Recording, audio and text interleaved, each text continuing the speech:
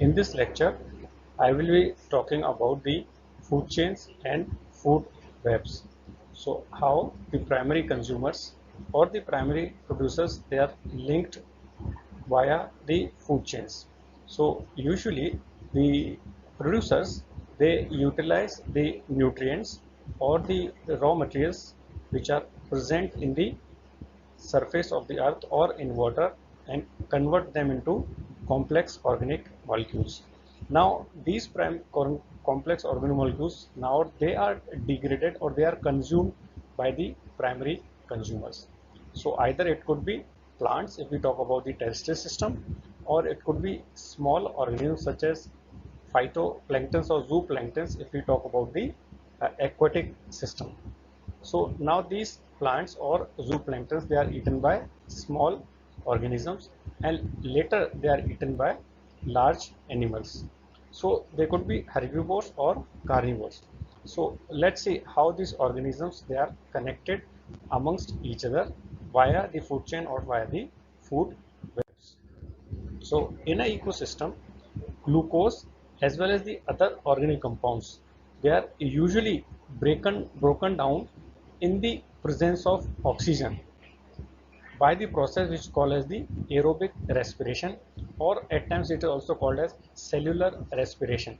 So this glucose molecule is broken down into carbon dioxide as well as in water. So complex molecules, they degrade and give us the basic molecules which is CO2 and water.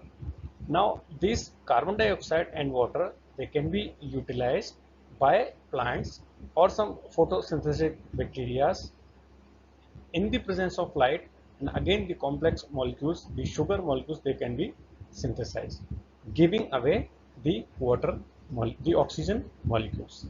Now there could be some exceptions also to this process.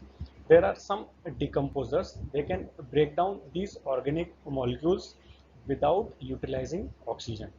So that process is known as anaerobic respiration or fermentation. The end products are the compounds such as methane, ethyl alcohol, acetic acid, and hydrogen sulfide.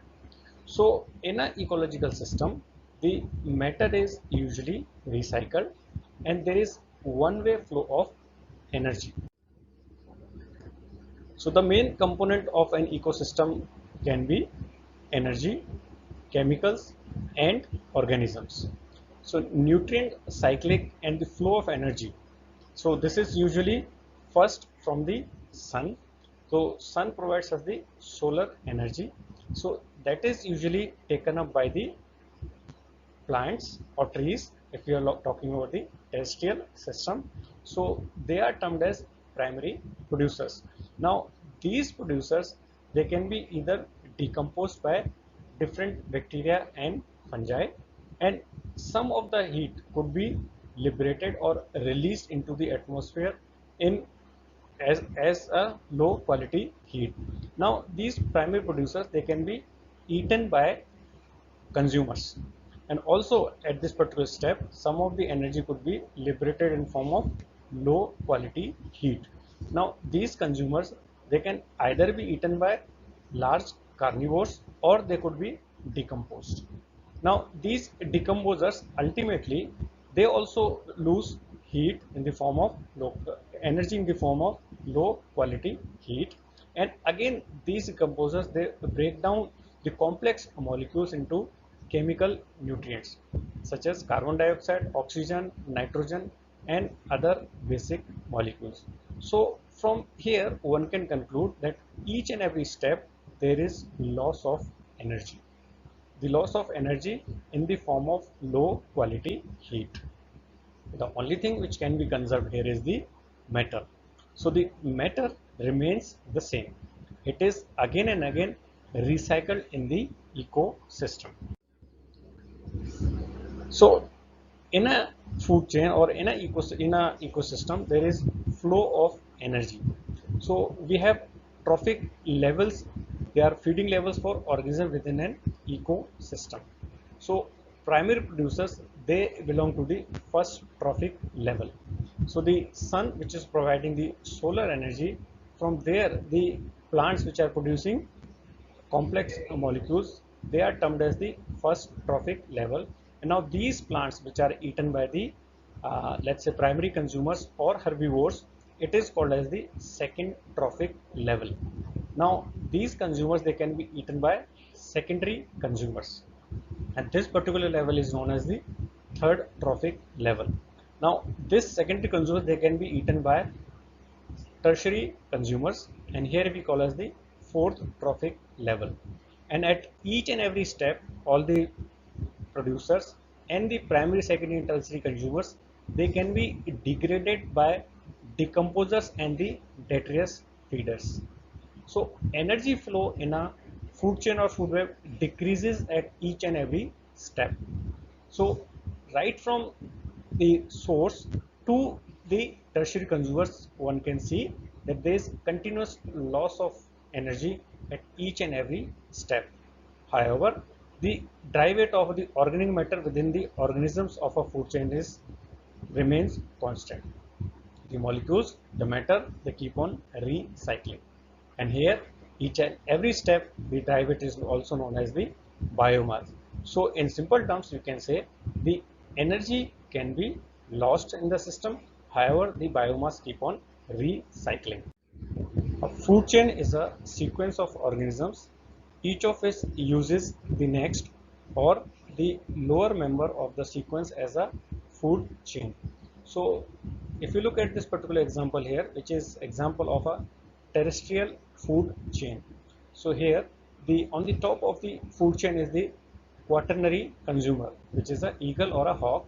So this consumes the tertiary consumer, which is a snake, and this tertiary consumers consumes the secondary consumer, which is mice, and this secondary consumer consumes the primary consumer, which is a herbivore, and which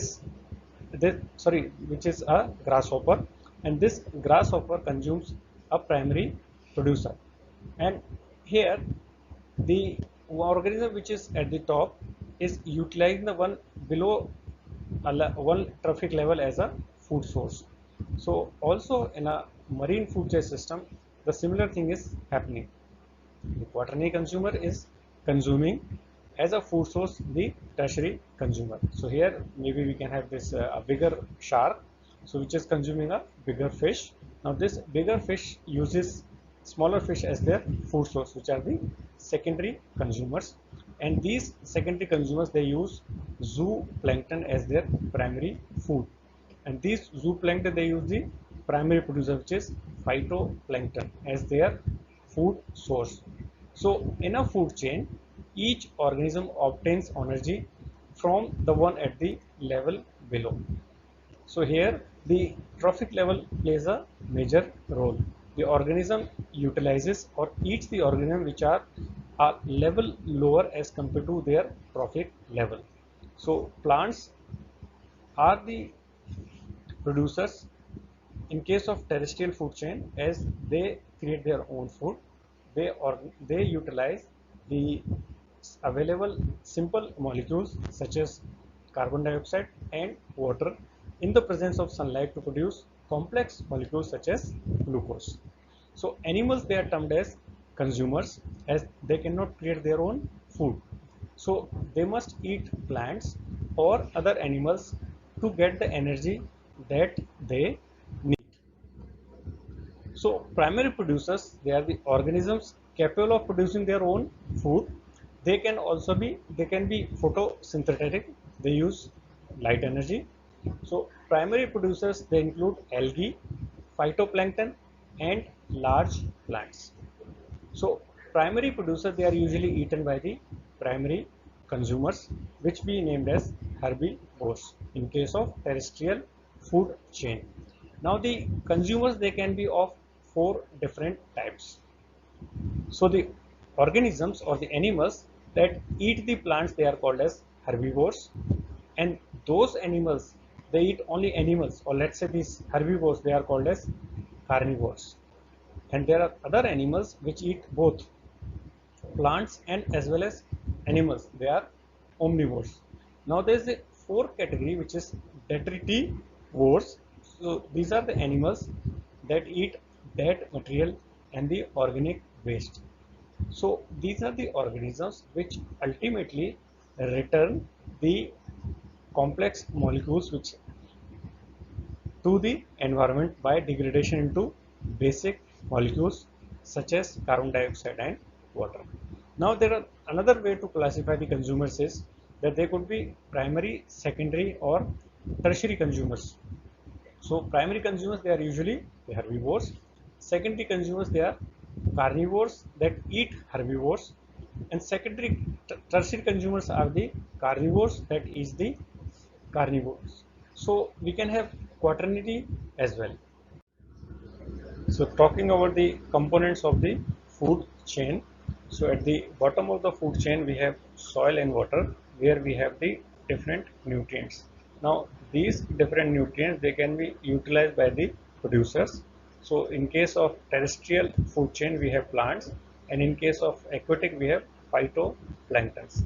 Now they can be consumed by the organisms which are feeding on them, and then we can have primary consumers and the secondary consumers, and maybe we can have tertiary consumers.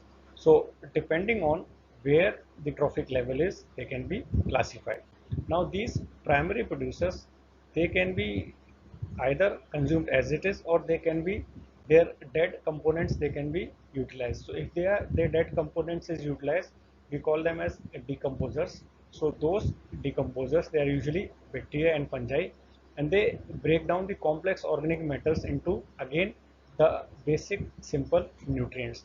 And if the living matter is utilized, then we can have different organisms which are, let's say, scavengers and the detritus feeders. So they usually utilize their products. So let's see this particular example here, which is giving a presentation of detrivorous and the decomposers. So here what we see is a piece of a wood. So as the time progresses, so we first have the detritus feeders. So these are usually small insects. So let's say for example we have this long-horned beetle holes. So and also this bark beetle, carpenter ants, termites. So these different kind of insects, they are detritus feeders.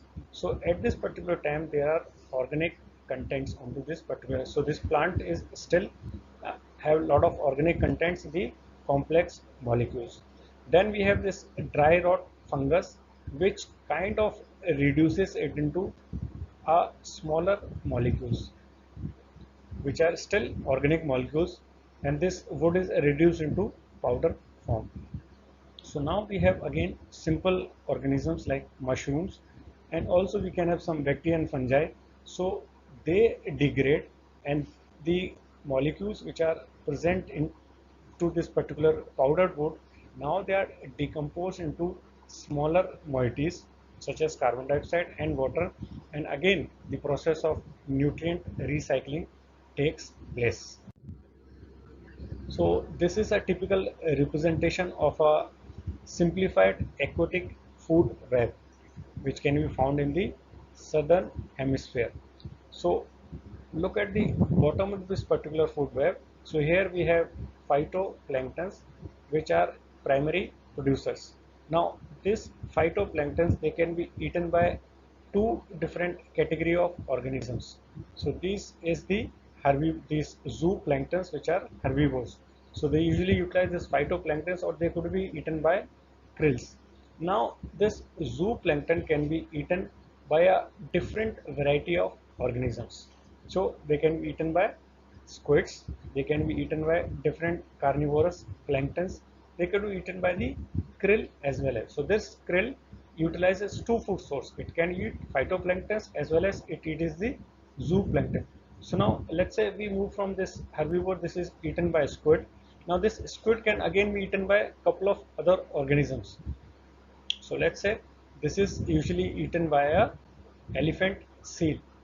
Sorry, this sperm whale. Now this can be in turn eaten by humans. So here also we can see that there are three different organisms which are feeding onto it. So we can have herbivores, primary consumer, secondary, and the tertiary consumer. So this is a typical picture of a food web which is found in a temperate desert ecosystem. So this appears to be a much simpler as compared to what is found in the aquatic system. So here we may have this prickly pear cactus which can be eaten by a couple of different organisms. So let's say for example a squirrel feeds on it, a rat feeds on it, grasshopper, and the mouse feeds on it. Now these all four organisms they can be interrelated. Now this grasshopper it can be eaten by the mouse and it can be eaten by the hawk. The grasshopper can be eaten by the lizard and the hawk. So similarly here also we can have two different connections. So these kind of food webs they do exist in different temperate desert ecosystem. So if we compare the food web of aquatic and terrestrial system, we observe that the food web which is present in the aquatic system they are more complex as compared to the food webs which are present in the temperate desert ecosystems. So as I told you that from one level to another level there is loss of energy. So that constitutes the pyramid of energy flow. So this pyramid of energy flow it assumes it is a kind of model that assumes that with each transfer from one trophic level to another there is 90% loss of usable energy to the environment in the form of low quality heat, or we can say this is also known as the 10% law. So from one level to another level or from one trophic level to another trophic level only 10% of usable energy is being transferred.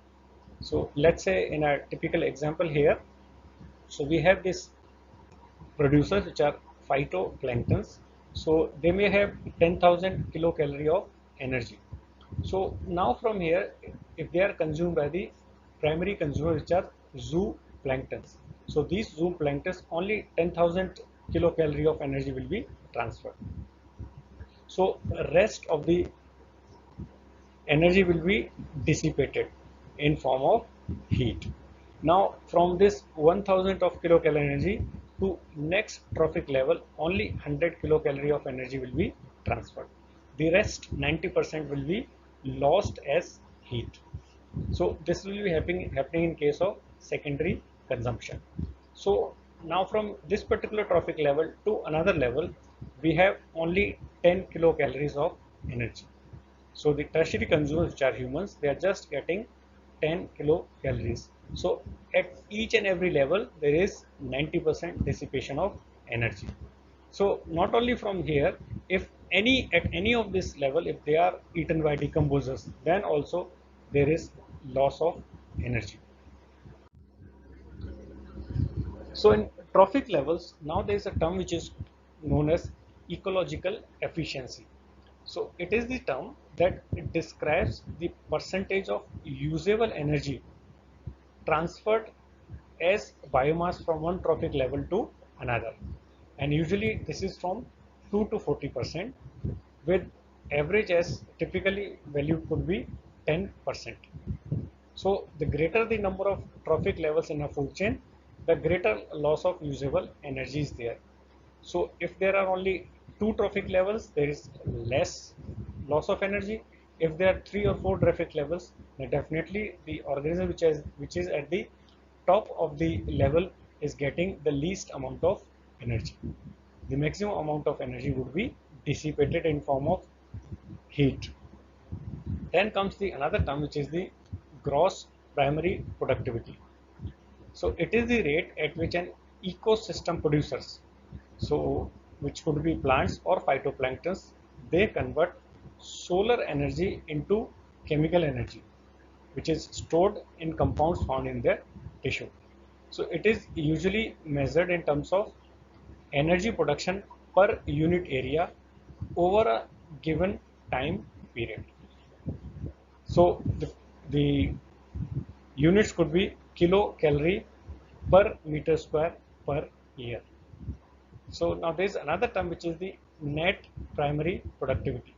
So it is the rate at which producers use photosynthesis to produce and store chemical energy minus the rate at which they use some of the stored chemical energy through aerobic respiration.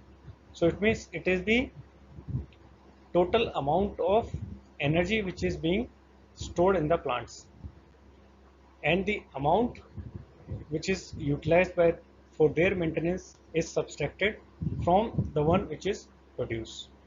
So terrestrial ecosystems and the aquatic lifespan, they differ in their net primary productivity.